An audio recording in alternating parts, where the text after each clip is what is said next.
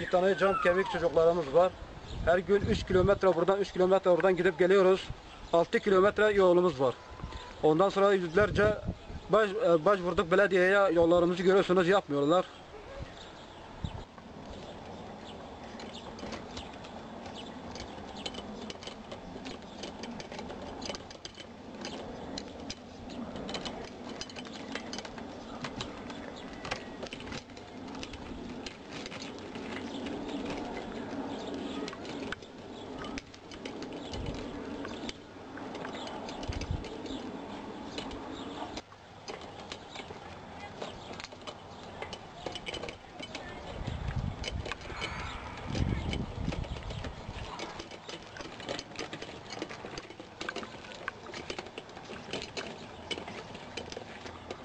Gördüğünüz gibi tekerlekli sandalyeler artık bu yollarda dayanmıyor.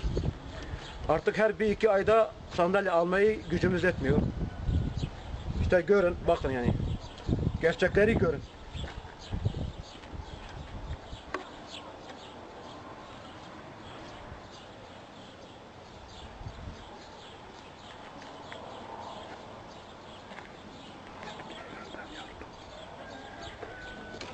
İşte görüyorsunuz, sık sık arabalar kırılıyor. Tekerlekli sandalyeler dayanmıyor.